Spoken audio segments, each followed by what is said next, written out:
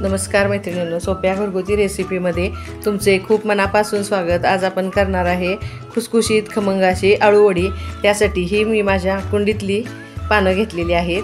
पहिल्यांदा आपण आता हे आळूचे असे देठ काढून घेऊया। देठ आणि शिरा अशा आता हे पानांचे आपण देठ आणि शिरा काढून घेतल्यानंतर हे पान आता आपण लाटण्यानं असं लाटून प्लेन करून घ्यायचं आहे, म्हणजे वडी आपल्याला व्यवस्थित फोल्ड करता येते। बघा असं लाटून घेऊया।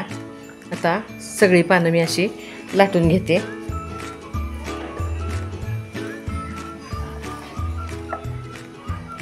पानं आता ही सगळी आपण लाटून घेतल्यानंतर हे साधारण एक 10 पानं घेतलेली आहेत। मी त्यासाठी हे 3 वाट्या बेसन घेतलेलं आहे।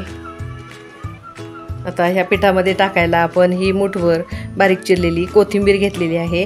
हे कच्च्या शेंगदाण्याचं कूट हे साधारण छोट्या चमच्यानं 4 चमचे घेतले। हे अर्धी वाटी ओलं खोबरं किसून घेतलेलं आहे। ही एक मोठा लसणाचा गड्डा, 10 ते 12 ह्या हिरव्या मिरच्या आणि चवीप्रमाणे हे मोठं मीठ घेतलेलं आहे। आणि त्यात टाकायला हे साधारण 1 चमचा जिरे घेतलेले आहेत। आता हे सगळं एकत्र करून मिक्सरच्या भांड्यात घालून आपण पहिल्यांदा वाटून घेणार आहे। आणि त्या पिठात टाकायला हे 2 चमचे तीळ, 1 चमचा ओवा, 1 छोटा चमचा हळद, 1 चमचाभर हिंग आणि 1 चमचा सोडा। आणि काही पानं मैत्रिणींनो खाजरी असतात, कुणाच्या घशात आग होते म्हणून ते खाजू नये म्हणून त्यात आता हे आपण चिंचेचा कोळ काढून घेतलेला आहे। त्यात आता हे 2 चमचे गूळ टाकून ह्याचं पाणी मी हे 4 चमचे त्या पिठात टाकणार आहे। पहिल्यांदा आपण आता मिक्सरच्या भांड्यात घालून ही मिरची, लसूण, मीठ आणि जिरे थोडंसं पाणी घालून एकत्र वाटून घेणार आहे।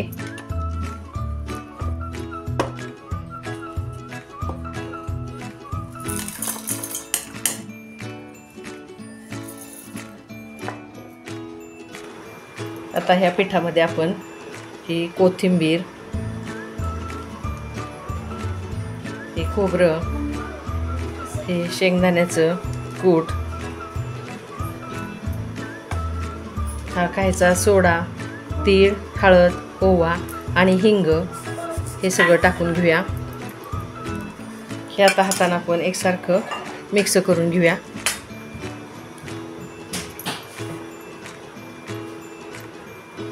हे पीठ आता आपण चांगलं मिक्स करून घेतल्यानंतर ही वाटलेली हिरवी मिरची ही ह्यामध्ये टाकून घेऊया। मिरच्याचं प्रमाण कसं तुम्ही तुमच्या आवडीप्रमाणे मिरच्याच्या तिखटानुसार कमी जास्त करू शकता।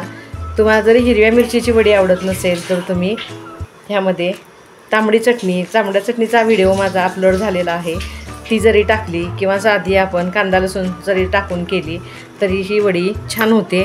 हे आता हातानं चांगलं मिक्स करून थोडं थोडं पाणी घालत हे आता पीठ आपण भिजवून घेऊया।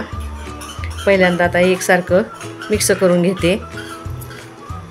आता त्यामध्ये टाकूया हा चिंचगुळाचा कोळ।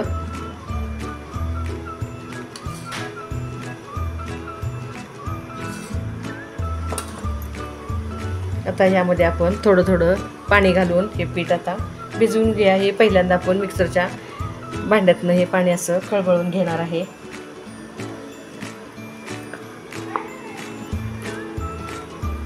बघा आता हे पीठ आपण भिजवून घेतलेलं आहे, हे इतपत पातळ असावं।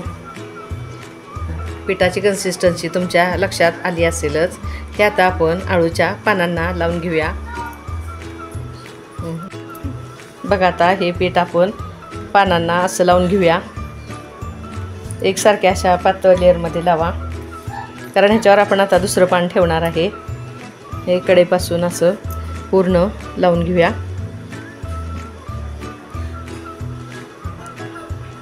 आता ह्या पानावर हे दुसरं पान पण आपण असं ठेवून घ्यायचं आहे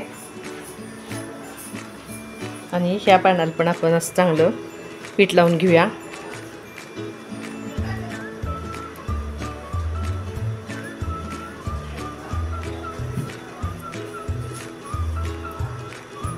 आता ह्या पानाची आपण घडी घालून घेऊया।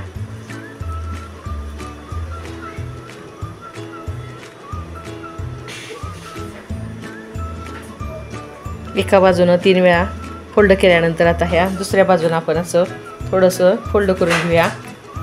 हे असं दोन्ही बाजूनं दुमडून घ्यायचं आहे। आता ह्या पानाला वरनं थोडंसं पीठ लावून घेऊया.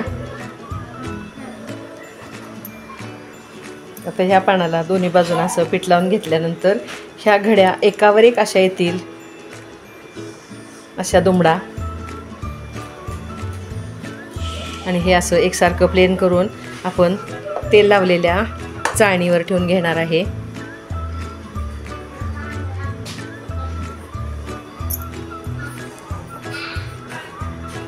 अशा प्रकारे सगळ्या पानांना मी पीठ लावून घेते.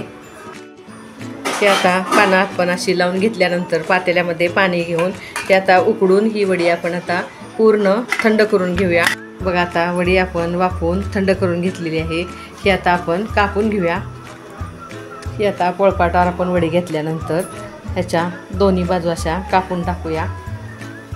वडी पूर्ण थंड झाल्याशिवाय कापायची नाही आहे, नाहीतर ह्या वडीचे आपल्या तुकडे पडतात. हे आता सगळ्या वड्या मी अशा कापून घेते. हे आता सगळ्या अशा आपण वड्या कापून घेऊया.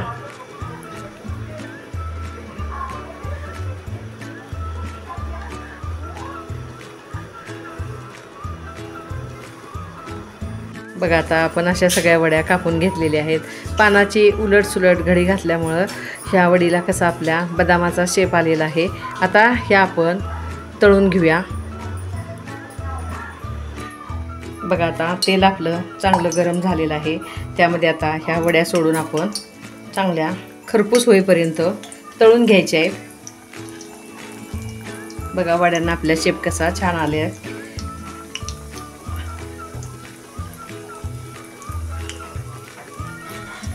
एक बाजू पूर्ण तळून झाल्यानंतर उलटून आपण ही दुसरी बाजू भाजून घ्यायची आहे. तुम्हाला ही वडी जर फार तेलकट नको असेल तर ती तुम्ही शॅलो फ्राय पण करू शकताय. बघा आता एक बाजू तळून झाल्यानंतर ही आपण आता अशी छान उलटून घेऊया.